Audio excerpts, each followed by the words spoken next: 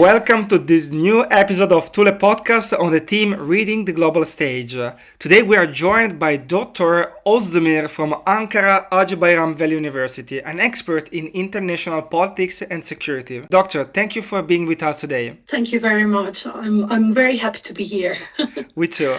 I want to start with this. Until recently, geopolitics was not even considered a proper field of study. Today, however, it is central to public debate and beyond the limited preparation of many European media and which often engage in distorted, simplistic or propagandistic analysis, the public, not only in Italy, struggles to orient itself. So, understanding international events and therefore making sense of what is happening around us, from Ukraine to Middle East, is becoming increasingly difficult. So today with Dr. Özdemir, we will try to find the true north of international relations.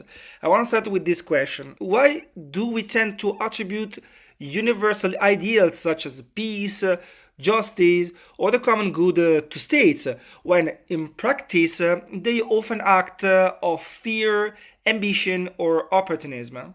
Thank you. That's actually a very essential question to understand today's world, because it seems the reality of what is happening and then the ideal of it are quite different things when it comes to states and how we perceive them.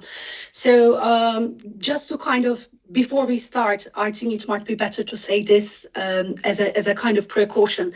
There are several different theories of international relations about state, but just for the sake of simplicity and making it a little bit easier to understand, I might make certain generalizations. So just to kind of give a precaution. So details might change, but I'm going to talk about grand, in a sense, ideas around this issue. So the first thing is the authority and our understanding of authority. So basically, human beings seek for order, and we seek this source in states. We want to be, we want to live in an orderly environment. So authority comes into place. So when we think about states, we think them as a container of authority, a container of power. As a result of this, we actually allow states to set rules, to set organizations and procedures to limit our, in a sense, freedoms, organize our lives, but also we have certain responsibilities towards the states in order to protect this order. Okay. But we need to kind of question the very basic of it. Where does this authority come from in the first place?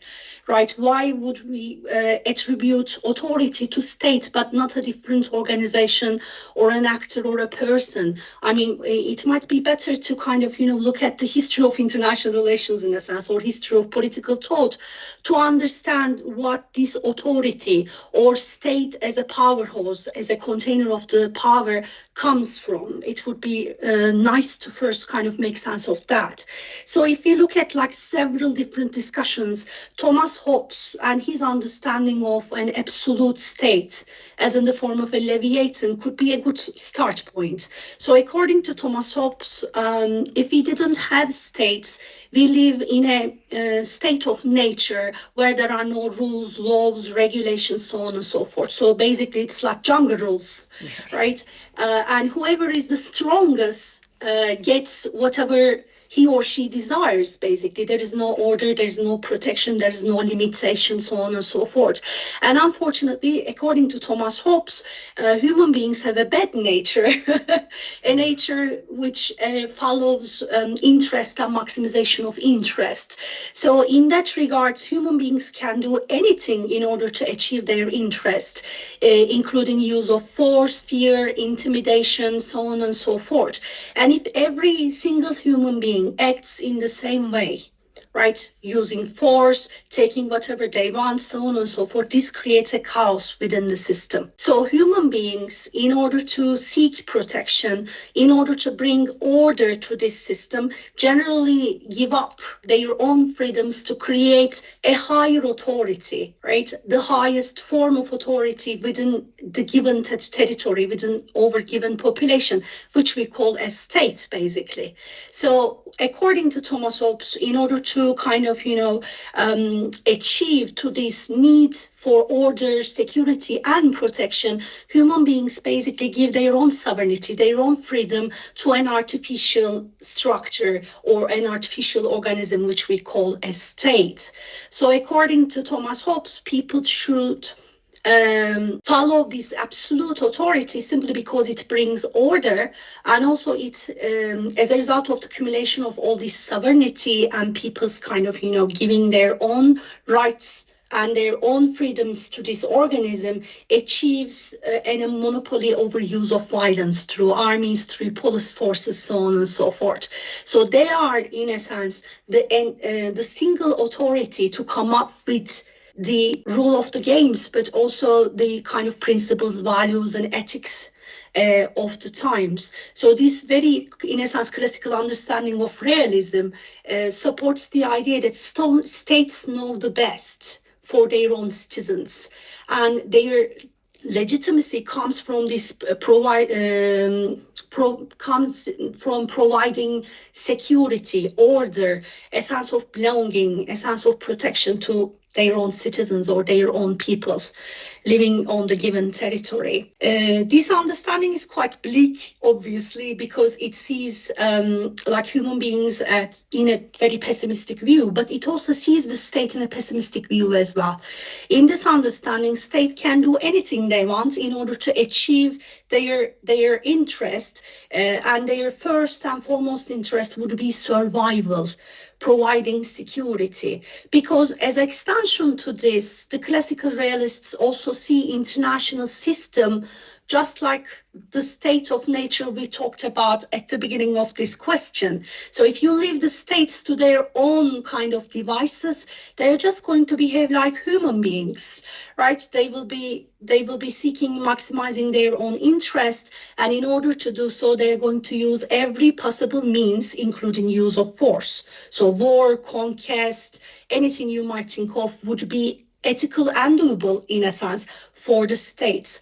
And as an extension to this, later on Machiavelli comes to the picture, and Machiavelli talks about the same thing. If you want order, security, and protection, you have to have a separate ethic. So what he says basically, the prince can't follow the ethics of the people and the society. It should follow an ethic of state, which operates differently in a world where all the states are in a sense equal, when there is no higher authority about them. So there is in a sense an anarchy within the international system.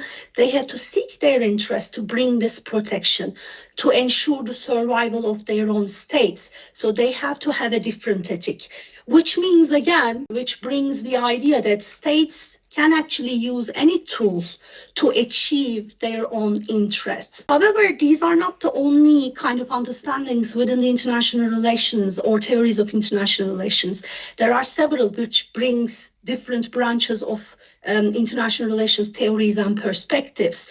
The main one would be liberalism, which takes its roots from Enlightenment, Renaissance, Reformation in Europe, and they come up with a different understanding of state.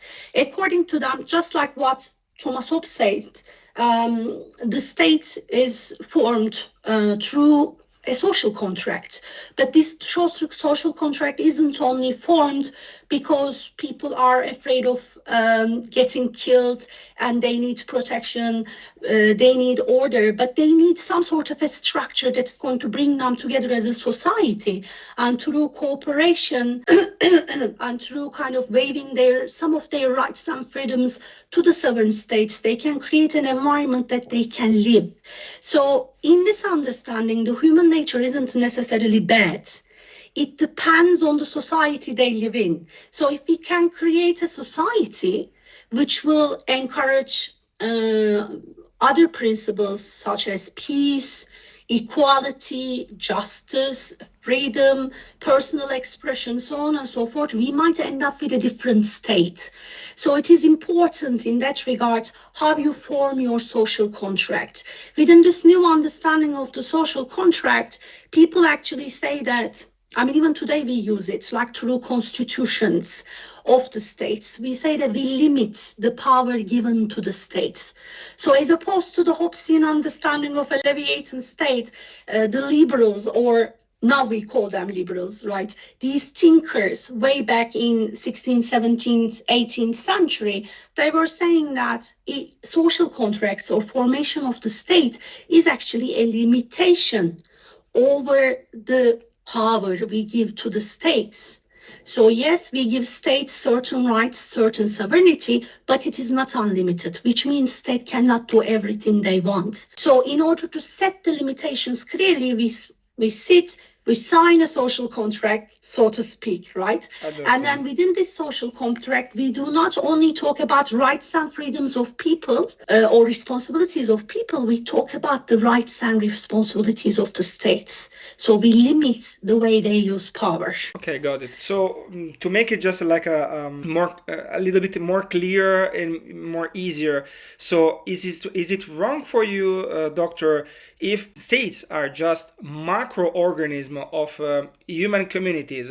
So they reflect their paradox, their complexes, their fears, their ambition also. So is it wrong to wait from them something not exactly rightly directly to a human soul, to be out of how to explain, to be to follow just the peace, just the good things, just the harmony with all the world? No, because due that there are different big communities of humans, they have their own interests and ambitions, and sometimes they cannot be fulfilled. That's it. Well, it depends, I suppose. I mean, there are several different views on this, but if you're asking my kind of view, yes, I think it is conjectural. Like, you have to look at the historical conditions of the time we're talking about.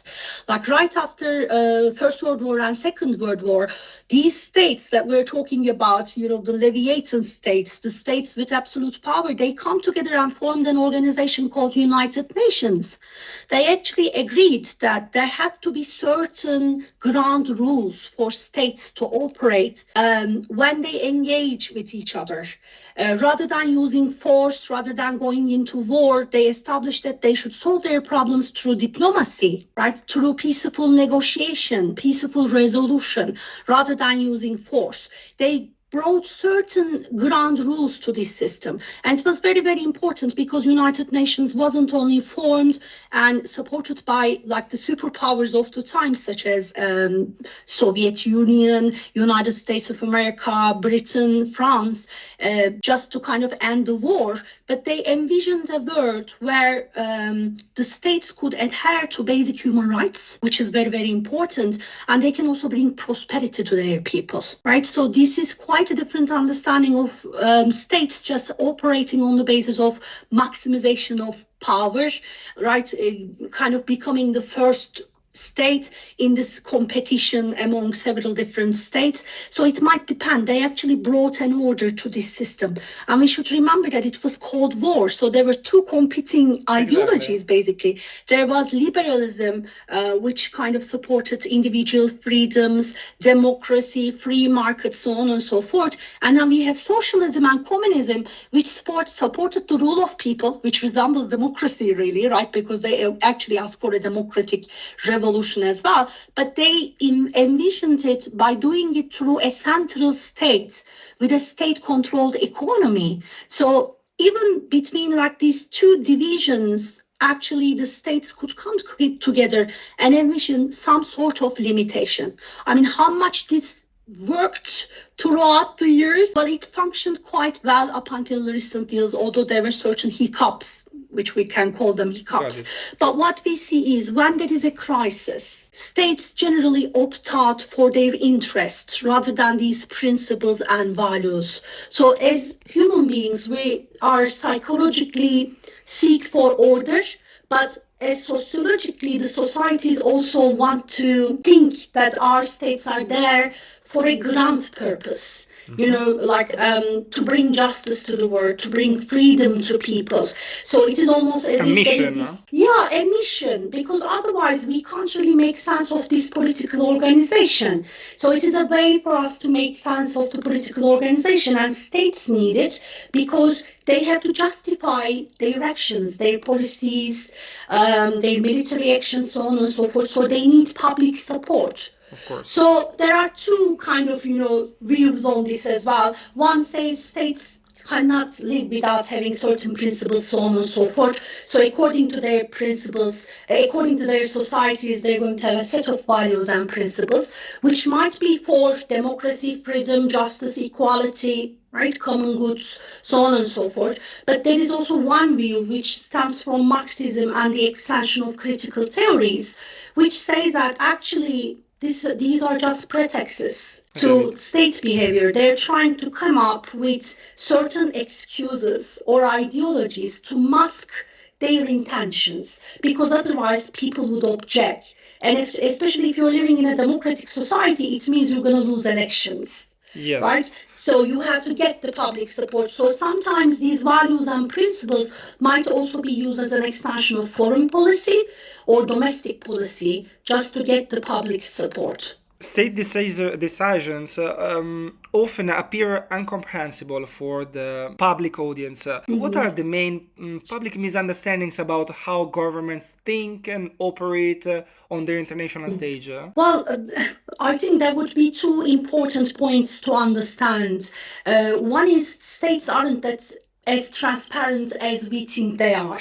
Although we live in an age of information and communication, there are still certain negotiations, maybe agreements that as public we're not privy to, so we don't know about them.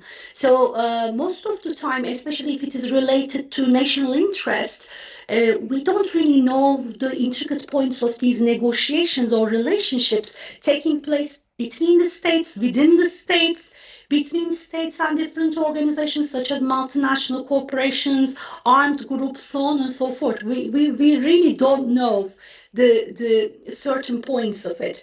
And also, with regards to the states, these set of values, which we, in a sense, make concrete through rules, laws, constitutions, through international law, they are changeable. They're not set in stone. So if there is a process of crisis, these can change as well. So what people I think miss is the element of humans within the state. None of the states can run itself without people. Like states aren't concrete beings where you can go and ask for protection, where you can go and ask for a job, right? Or where you can go and complain for your neighbor making a lot of noise, or maybe, I don't know, doing certain things to irritate you. State isn't a concrete organization. What makes it concrete is the people who run the state, right? So the bureaucrats, the politicians, right, the technocrats, they actually make the states concrete within the eyes of the people. However, this brings a problem automatically. So it doesn't matter what kind of a constitution you have. It doesn't matter what kind of a regime you have. The characteristics of the people who run these states through governments, right, they are going to affect how the state behaves. And about this topic, to what extent do historical traumas, feelings of vulnerability, or desires for recognition shape state behavior? And I think this is one of the things that in Italy we don't know exactly clearly. Can we meaningfully speak of collective psychologies? Well, there are quite kind of widespread discussions within the international relations whether we talked about these as an important factor affecting state policies. But what we see is in certain cases, especially in micro examples, actually these affect the way people behave. And even in a grander case, like when you talk about trauma, the psychological trauma, we can understand why European people generally especially the Western European people, generally side for peace and peaceful resolution of the conflicts because they have been affected by the First World War and the Second World War. So these traumas affect the way people behave, and in extension affect how their politicians behave. So the same thing applies to collective psychologies, in the sense that in order to get the public support, in order to form a state, so to speak, you have to bring people together around an idea. And for that, you have to show a continuation within the history that these people belong to these lands, or they adhere to certain qualities as, I don't know, Turkish people, as Italian people, as French people. So what you do basically, you take certain facts as a politician, as a political elite, and you create a narrative around it, right? So to speak, you come up with certain myths and legends from the history. You try to display how important and strong your civilization was, what your achievements were as Turkish people, Italian people, French people. So you, in a sense, create a collective psychology around both facts and myths. So you mean like a kind of a selective historical memory? Exactly, a selective historical memory. There is a very important thinker called Benedict Anderson, and according to him, the nations of the states are actually all imagined communities. So if you go back in history and checked, most of the things we believe as common truths, as common facts, as common trends for the people actually are recent creations. So like the French people didn't really speak French language for centuries. It was a creation after the French Revolution. There were several different dialects, which means there were several different cultures, right, in operation. And it isn't only France, it is all of the countries we're talking about. So state formation inevitably pushes both the society and also in a sense, the political elites to create a homogeneous narrative around how that state came to be, what the qualities of that state are, what the qualities of the people are. If you talk about the German people, you generally say, oh, they're very disciplined, they're very trustworthy. So these are the narratives that are being kind of, engineered in a sense by the political elites and by the German society throughout the years. It doesn't mean they're necessarily wrong, right? They can be correct because it is social engineering. They can be correct, or they might be correct within time. But all of these narratives and myths are being recreated and reproduced within the society through education, through socialization, through sometimes even religious institutions. So basically, we create a semi-lie, in a sense, and then we believe in it. And the constructivist international theory called this intersubjective reality. So it doesn't have to be true, factually, right? But if enough people believes that it is true, then it is a fact. An intersubjective reality. So in the end, the selective historical memory is not exactly the true history. It's just the tool that the politics use it for their purpose. Exactly. And sometimes the society used to make kind of sense of their political, economic, social, and cultural conditions. Because as human beings, we always seek to understand why we live, how we function, so on and so forth. So we're inquisitive creatures. So in that regard, we always ask questions. So these are kind of pragmatic ways given to us to understand what is happening around us. Like starting from your family, your society, your state, international relations, so on and so forth. We always kind of start from a point. As I say, this what makes it very, very complicated. Like when sometimes we look at a state, we think, oh, this is incomprehensible. You kind of talk about a very concrete problem, such as a claim of genocide. Okay. But then you look at it, you think it would be very objective. right? You can look at it and you can say, oh, it is definitely a genocide, especially if it is historical and if there are certain, evidence coming from it. But when you go deep into it, you kind of see, oh, okay, there are selective memories.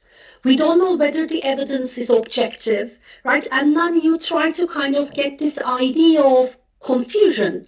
And I think this is what is happening a lot in today's world, simply because, yes, it is wonderful to achieve the information so easily and quickly, but if you cannot sift through it, right, Okay, and right. to achieve the facts from it, it would be very, very difficult to make sense of it without getting confused. So objectivity is decreasing in that regard, and subjectivity seems to be taking over. Okay, got it. But to be more actual about the what's happening now currently, I'm speaking about the relation between the United States and Russia on Ukraine war. For example, I'm speaking all the time about the Italian audience, but it's me. I live in Belgium, and I see the same reaction also here.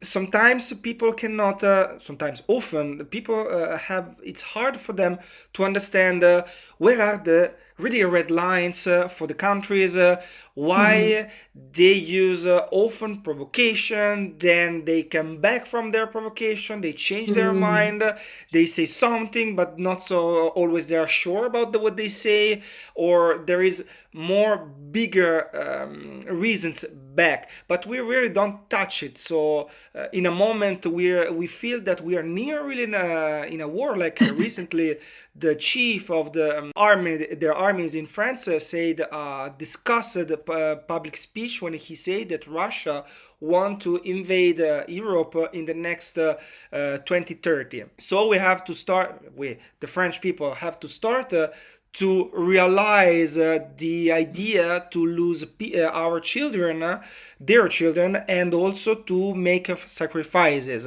But apart of this kind of speech, we say Trump that's saying the same time, no, these are the 28 points to make a peace, and you should do a follow to Zelensky. Then he changed his mind yesterday. He said, no, it's not definitely. We are discussing about it. So my question is, what kind of language do states actually use when communicated with with themselves?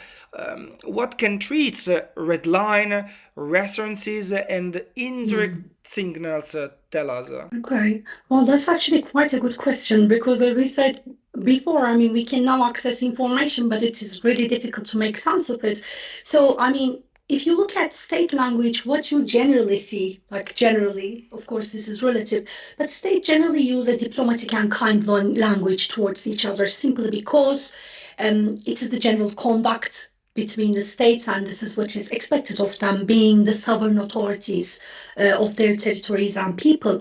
However, this doesn't mean that when they say we're going to war, means they're going to war, Okay. right? So sometimes they are very explicit, and we know what is happening because there are certain actions supporting it. But most of the time, apart from this kind diplomatic and explicit language, there are certain hints that are given that there are certain negotiations going on at the back, or just like in the case of Trump, certain things are ambiguous. You don't know what is going on, which side is right, where America would stand in the future. You don't know. You can't make sense of it, which means there is a negotiation taking place at the back, right? And they're not ready to give all the details of these negotiations, because if you bring millions and billions of people into a negotiation, it would be almost impossible to reach to a solution.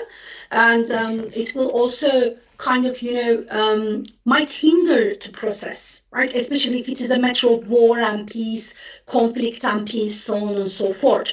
So that is one thing that we need to always remember. There are negotiations taking place. That is why when I said the states aren't that transparent, that is what I meant. They are literally not that transparent, and sometimes it is the necessary evil. Even if we don't want to accept it, right? We want to know everything, but still, it is sometimes the necessary evil to reach a conclusion. And also, it is very, very important to make a differentiation between a government and the state. So states are unchanging in a sense, right? Forever their institutions, right? Whereas governments, especially if it's a democratic country, are there for a certain period of time to govern, to make the state function on the behalf of the people. However, this doesn't mean that their feelings, their understanding, their ideologies, their personal interests wouldn't shape the foreign policy of the time. So in that regard, sometimes you can expect the state to behave in a certain way because of all the historical trends, the red lines, so to speak, because they presented themselves as the protector of the freedom, they might act in a certainly different way. And United States of America is a very good example of it. Like even like historically, they always say one thing and then they do something else. And for that, we have like really famous politicians which follow this pattern, which means they have a different characteristic. It might be personal, it might be personal interest, so on and so forth, which changes these red lines. So with anything else, these sensitivities, red lines, sanctions, threats, so on and so forth, the use or employment of these tactics may change according to the character of the politician, the political party, the society at that time, so on and so forth. Like when you look at Russian Federation, right, you see Putin, and you expect certain things from Putin, right? He doesn't deviate too much from the given kind of path. He's quite clear. Whereas in France, it might be different because the politicians change, the society change, the perception of threats might change. So it is really, really important not to forget this human kind of element within state behavior. So it might also affect the way they communicate. One state might be very firm but very diplomatic and kind in their approach. The other state might be quite crude, more ethically correct maybe in the eyes of the people. So it depends really on the kind of, in a sense, the intermediaries between the states and the people. So it's going to depend on that quite a lot. So these leaders, for example, they are expression of the deep heart of the countries, and in a kind of way, in international diplomacy, they should follow a kind of character. This is what we expect them to do. Because when you talk about red lines, these red lines aren't red lines formed today. We're talking about certain historical facts, certain historical perceptions. Like if you talk about Turkey, borders of Turkey is a red line, yes. Right? We don't want to lose any territory at all, yes. And this is an historical kind of fact. Even today, we talk about Misak Milli and its borders, right? So what you expect from any government official speaking on this matter to adhere to this red line. So it doesn't matter which political party they come from, you expect them to adhere it because this is a state principle, right? This is a red line belonging to a state. It is above governments. This belongs to the superstructure. However, this doesn't always happen. Like you might have a government which might have a softer approach or which might come from a different ideological background. And if they can get enough public support, especially in a democratic society, right, they can actually change these red lines. This is what I'm talking about when I talk about human element. So as states, you might have certain very important, non-negotiable boundaries, red lines. But as governments, that might be a different issue, right? Because they have to consider their capacity, they have to consider different interests, they have to consider maybe certain negotiations and agreements we are not aware of as public, so on and so forth. So their in a sense, behavior might be quite different. Just to give you an example, like Turkey and Israel had a crisis in 2014, yes. And it was quite prominent 1 minute crisis. So everybody said that, oh no, Turkey and Israel would never come into the same kind of, platform to meet each other, so on and so forth. And the things were quite tense, to be honest. I mean, even in the eyes of the Turkish public, they were people were thinking that, okay, this is it. We put a stop to our relationship with Israel, so on and so forth. But later on, the analysis showed that we actually had a strong economic connection, right? And the trade between the countries carried on as if there was no political crisis between the two countries at all.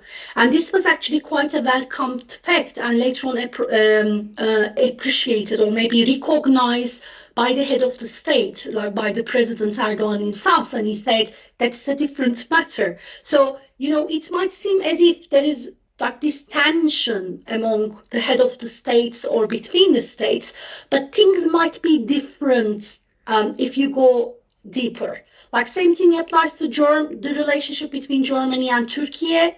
We always have these kind of differences in a sense, or our governments have differences in human rights, right? Democracy, so on and so forth. So we have, as a whole, the European Union sometimes decides to freeze the negotiations with Turkey in terms of membership. Yes. But then you look at the economic relationships and they're all very fine and carrying on.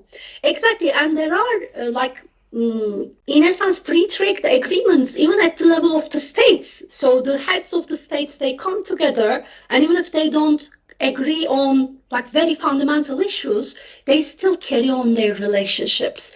That is why it is kind of, in a sense, difficult for public to understand whether the signals given to us are serious, immediate, or not. Right? It might be very, very different. Sometimes you can even see like historical allies contradicting each other, not supporting in each other in certain issues, which you kind of expect 100% alliance. Like look at Britain and United States of America; they're historical allies after First World War and Second World War, even up to today. But even them have certain differences from time to time, and sometimes you see United States kind of, saying something quite controversial to United Kingdom and United Kingdom replying back. Sometimes it's also because certain states are testing the voters of their allies. Right? Okay. They want to see how loyal their allies are, what their capacities are. So when there is an imminent threat or even a threat of war, it doesn't mean that war will happen in a minute. States might be, in a sense, sizing their capacities. And it doesn't have to be among allies. It can be among, quote unquote, between allies and enemies. Like United States of America might try Russian Federation, and then Russian Federation might try United States to see their capacity, because in order to make certain decisions, you need information. And this might be one of the best ways to get information about military capacities of your, in a sense, adversary, the public's idea about a certain foreign policy, so on and so forth. So state use these tactics to get information as well. Great. Doctor, if you wanna, we can make a pause. I'm okay. Oh, fine. I just wanna.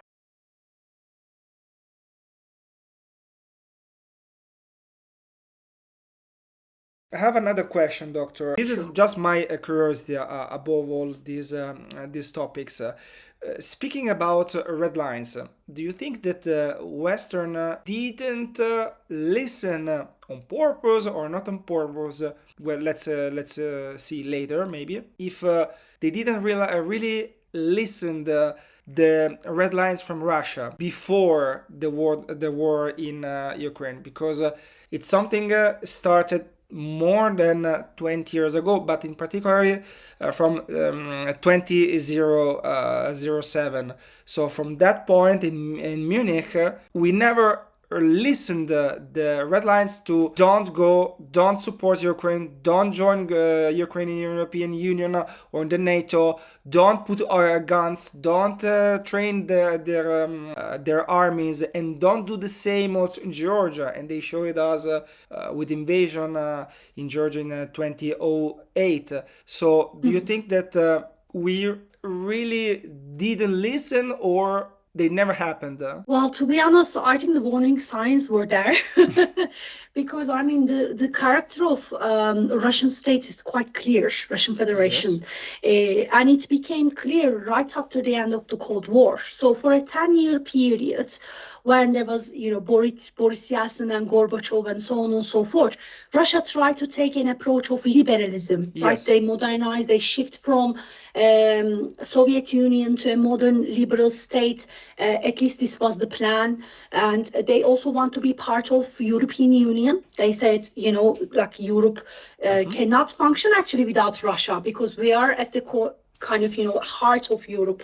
So there were even negotiations between members of the European Union, like France, Germany, United Kingdom, and between Russian Federation, because even Europe thought it would be good if there could be some sort of integration between Russian Federation and European Union. Because, I mean, remember, Europe solved its security problem through this integration process, right? Yes. They started European Economic Community by basically bringing together two arch enemies, France and Germany.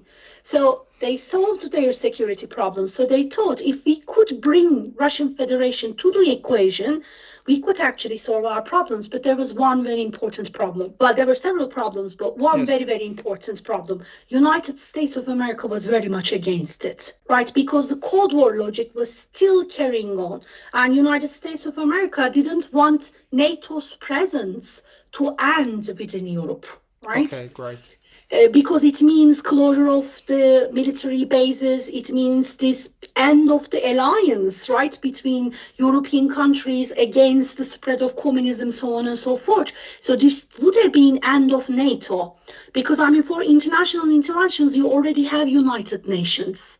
For humanitarian interventions, so on and so forth. So what would be the necessity for NATO? So it meant United States of America would, in a sense, lose a very important military tool to shape not only European politics, but the world politics, really. Yes. Because, I mean, if you look at the critical theoreticians, they generally called NATO as the police force of United States. Right? It functions like a police force. Whenever United States wants to, in a sense, discipline a country, tame a country, they always use NATO card. So they didn't want, in a sense, NATO to disappear with this integration between Russian Federation and European Union. And also, member states of the European Union had certain reservations about the integration of the Russian Federation to the European Union, because they thought that the Cold War would still carry on. If they would integrate Russian Federation to the European Union, Russia would take over, right? It would change the character, the nature of the European Union. So rather than European Union carrying on this democratization mission, which they have done with other member states joining, such as the Balkan states, the Eastern European states, right? Yes. They thought Russia would be too big of a power to take on. And Russia would never become liberal in the sense that their nature was different, right? Pretty much the same arguments, actually, they put forward towards Turkey too, apart from the religious factor, right? And in return, the Russian Federation started to feel as if they were being treated as a secondary state by both the United States and the European Union. At that time, they weren't hoping too much from United States, but they were actually expecting quite a lot from the member states of the European Union to support this modernization and liberalization process throughout Russian Federation. So they hope to be treated as equals. So what it seems that their perception was that the European Union was still acting in the confinements of the Cold War, treating Russia as the other, right, as the arch enemy of the Western European countries, and not as a European equal power, but more like a Eastern European power, an Asian European power. And this created fractions within Russian Federation, which had the rise of Putin with the argument that Russia should be independent, a strong state. Russia should find its own way by creating a unique political system to Russian society and Russian history. So in that regard, from there onwards, the interests between United States, European Union and Russian Federation started to diverge even more. And in time, Russia made quite clear what kind of power they were, really. They said we're a hardcore state, which means we will use power if necessary. And I mean, if you look at like Putin's speeches, right? If you look at like government documents which are open to public, actually they are quite Aggressive clear. also. Yeah, they say we're an aggressive power, we're going to be offensive. That is the only way we can defend our country. So it's quite a clear message.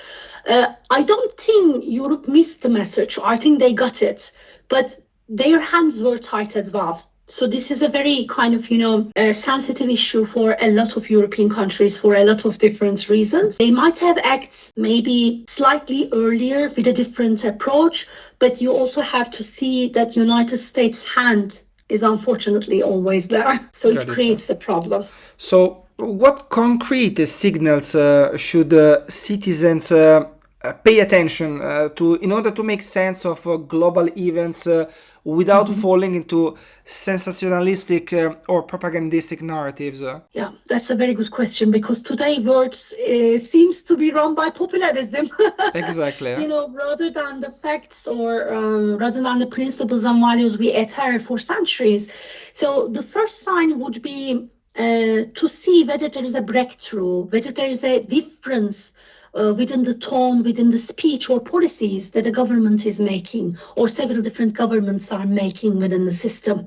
Whether there is a stark difference, right? Because this is really, really important. If there's a stark difference, it means certain things would be changing. But in order to understand whether there is a difference or not, it is not enough to rely on the information provided by media. You actually have to go through and look at the history of the relationship between countries, basically. If there is a similar pattern, then there might not be too much to kind of, be cautious or be warned, be aware, so on and so forth. Like Germany and Turkey, we almost have a crisis like every 2 to 3 years. So it is kind of, we got used to it now, we kind of do, okay, so it might be that. But if there is a break from the historical trend, that would be something to watch for, right? Because it means things are changing. So that is when you can make sense of it. And it's very important to see what is actually changing. And this change, who does it benefit? Does it benefit your state? Does it benefit the other state? Does it benefit the society? Does it benefit you as an individual? This is very, very important. Whether it's a domestic policy or a foreign policy, we always have to ask who benefits from it. Got it. So one of the narratives that we absorbed in the last 30 years in Europe and the Western in general is that there were just one big power, United States, that wanted to teach to all the world how to live, how to manage their problems, how to govern their societies. We spoke a lot about how to say unipolar international system all around the power of the United States. And I think also Russia, the war in the Ukraine 3 years ago, more than 3 years ago now, changed completely this narrative now. And do you think that we're speaking about a multiple phase where we have China, of course, India, Brazil, Japan also starting to be less and less, more and more independent than the shield of United States, and to have his own ambitions in their region with Korea, etc. So, do you think that this narrative now is done? And we're speaking about a multipolar phase. Yes, I think we are speaking about a multipolar phase, although it is difficult to kind of sometimes pinpoint who are the polars within this multipolarity, because according to the subject, sometimes we can see emergence of different actors, like in terms of I don't know, like the European security, you might not see Japan talking much about it. But in other aspects, such as free trade, you can see Japan being a very vocal. Or if it is about anything to do with the security in the Southeast, right, then you see Japan becoming more vocal. So the polarities might not be as clear as we think they are. It is there. We see emergence of several different political centers, basically, throughout the international system. But we need to understand one thing. The world wasn't unipolar for long, right? It was actually what we called bipolar, right? It was multipolar in the past, with like British Empire leading the international system, shaping it up until the First World. But even then, the British Empire didn't have full force over the entirety of the international system. The bipolarity occurred after Second World War, and then we formed the international system, right? Through United Nations, through International Monetary Fund, through World Bank. So we established certain organizations to bring some sort of standard, some sense of homogeneity, cooperation among the states. And this was run by, as we said, two superpowers, Soviet Union and United States of America. So Soviet Union had their own system. So they had their own cooperative organizations, their own military establishments, so on and so forth. Whereas for the rest of the world, United States of the world had the upper hand, and as an hegemonic power, shaped most of the organizations, the procedures that we today still operate on, even the principles and values such as cooperation, peaceful resolution, diplomacy, freedom, democracy, so on and so forth. So what happened with the end of the Cold War and with the dissolution of the Soviet Union, United States emerged as the victor of the Cold War, and they said American liberalism is the only way forward for humans. Yes. Right. So if you think human development or the societal development of humans, we kind of have this understanding of a linear progress of history, right from the Enlightenment period, so on and so forth. So what we assume that every system coming after the old system is a better system. Right, this is what we understand, or at least this is the information presented to us up until very recently, right? So we assumed whichever system comes, whichever system is the victorious, it can be through a war, it can be through an ideological war, it doesn't matter, would be the best system available for the human societies. So United States of America used this and leaned on this to run the world for about maybe 2 decades, starting from 1990s to 2010. So they basically use their hegemonic power, their structural power, to run economic relations, to run security relations, so on and so forth. However, even then, the world, although it seemed unipolar, it wasn't unipolar. The countries were still trying to come up with their own models, right? Their own ways of governing, their own ways of engaging with the international system or integrating within the international system. Especially after the end of Cold War, we had 3 major countries trying to integrate into the liberal international system: Russian Federation, China, People's Republic of China, and India. Right. So these are massive countries with massive territories, and apart from Russia, massive populations, right? So they came into the place, which means right from the start, actually, we could see emergence of certain political centers alongside with United States of America, but they weren't maybe as powerful or as influential as United States of America. However, through a set of political, economic, and military policies, now these countries hold firm and they say, okay, we have our own model, right? Right. And we want international relations to function as a just system for everyone. Whether this is their intention or not is a topic of different discussion.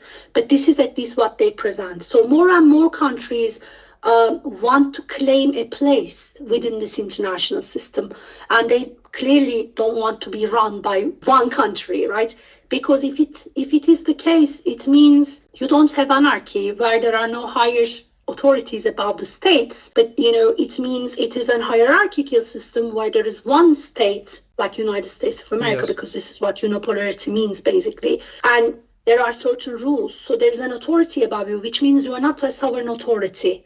So what's happening all around the world, even within the discussions around democracy, authoritarianism, post-liberal democracy, post-democracy, illicit democracy, illiberal democracy, whatever you would like to call it, is I think this seek of autonomy, independence, in a sense. And certain countries, of course, have more capacity to negotiate better places for them.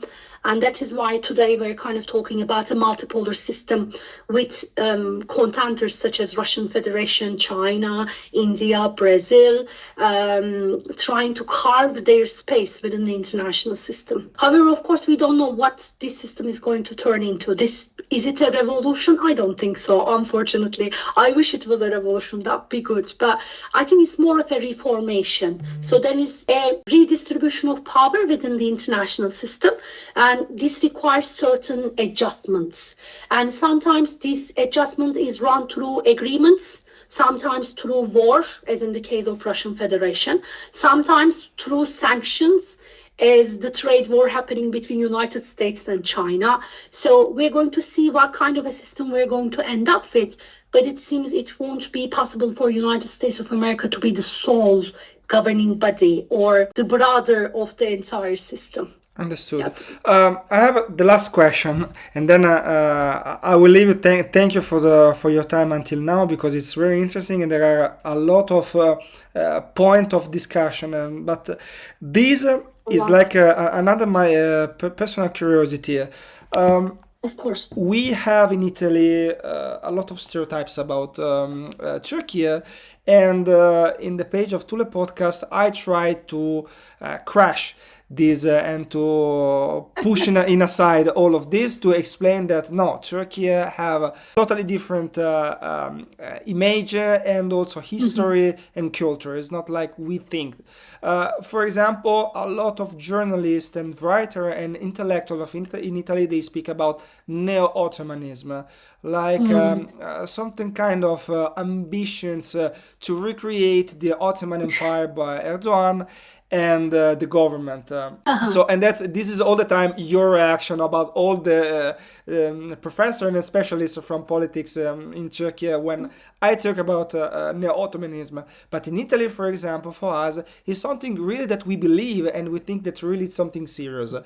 Do you think that now Turkey, after we're speaking about like 1980, so the putsches, and now starting to physically positioning itself in the not just in the region, but following even if we are speaking about ideology, of course, because the government talk about that 2023, the century of the creation of the Republic of Turkey, and then 2053, and then 2071. So three calendar importance, like the anniversary of the conquest of Constantinople, and 2071 with the Battle of Malazgirt. Do you think that Turkey now is started to follow this journey to be not just a power of a region, but something, a real actor that could be change all the balance of the world, not France, sorry, no, France now is really have a lot of other problems, not like Russia or China or India. So now can take its place in the international politics. Well, that's a very good question, but it's one that would be very, very difficult to answer. In terms of neo-Ottomanism, I think it's just a pragmatic policy, to be honest, because if you look at the applications of it, what you see is it is a pragmatic tool for different Turkish governments to negotiate better places within the international system. And if you look at Erdogan's example, although he talks about Ottoman culture more, although he kind of, underlines Turkish republics or Turkish people's roots in Ottomanism, so on and so forth, you see still these policies stay pretty much at the pragmatic level, right? To answer also to the challenges are in the borders of also the exactly, Turkey. yeah. Okay. I mean, if you can't perceive an Ottomanist policy in the sense that I mean, you can't expand Turkish Republic to other territories. That would be imperialism, Yes. right? So you can't really do that. It would be physically and also impossible according to international law. You should turn into a power like a Russian Federation, where you can say, okay, we're even going to use of power, Right. which we tried a couple of times actually with certain kind of military operations Yes. across the borders. But there were certain, at least relatively justified reasons Yes. for it. So we can't really pursue a policy of like hardcore use of violence. That being possible. However, what I think AK Party and Erdogan is trying to do is to create some sort of an autonomy, a sense of leverage for Turkey to use when they formulate foreign policy and when they renegotiate their national interest. And in order to do so, you have to bring something to the negotiation table. And what would be best than AK Party to bring this civilizational, in a sense, inheritance from different Turkic republics, from Ottoman Empire, right? They say, okay, we have this legacy, so we can lean on it. We can communicate with people of different regions. It's not only in the regions of Ottoman Empire, yes, but also countries with Africa. They like Turkey is kind of always moving towards making their communications with Africa more and more kind of friendly, more and more kind of approachable, so on and so forth. So what they're trying to say is we can act as a middle power within this region, and being at the intersection of Asia, Africa, and Europe, we can be a middle power for whichever basically area or continent you pick up. We have quite a lot to offer because we understand the culture, we understand different ways of kind of communicating with these countries, and we also understand the history because we lived through yes, it. So basically what Turkey is trying to do is to create a leverage point for Turkish Republic or Turkey to move upwards, in a sense, within the hierarchy of the states, right? So they are trying to create, in a sense, a direction. They're trying to enhance exactly a direction which is ambiguous because we don't know what the direction is. At the moment, the direction Turkey is taking is this. We are going to be supporting whoever seems just or more just than the others. And we don't want any wars, so we're going to function as an intermediary. So like in the sense, like look at what happened between Ukraine, Russia. Turkey intervened as a middle power and said, oh, there is this, corridor that we need in order to move food from Russia to the rest of the world. So this is how we function at the moment. When there is a crisis, we function as an intermediary power. Like if you look at the conflict between Israel and Palestine, this is what Turkey is doing as well. They're not saying, oh, we're not going to negotiate with Palestine, but they're not going to negotiate with Israel. But what they're saying, come on, let's try to come up with a solution. And if you want it, we're going to be there to support you, even if we give more of the support to the Palestine side. So this is what Turkey is doing, basically. They're being ambiguous. So up until 1990s, we see Turkey acting more in line with the US foreign policy. But after 2000s, after like AK Party got elected, basically, they followed this line for a while. But after 2010, 2011, they shifted this policy. And now they try to kind of, say we're an independent, autonomous, in a sense, strategic power. And we will engage in strategic actions to further our interests. Right? It's very interesting. Dr. Özdemir, thank you for your time. It was a very interesting speech. I would like to talk more and more, but unfortunately the time is they have limits. But maybe next time I would like to interview again because it's very interesting. Thank you for your time again. Thank you very much. It was a very kind of informative discussion for me too, and I will be more than happy to be your guest again. Thank you so much again. Goodbye. Thanks.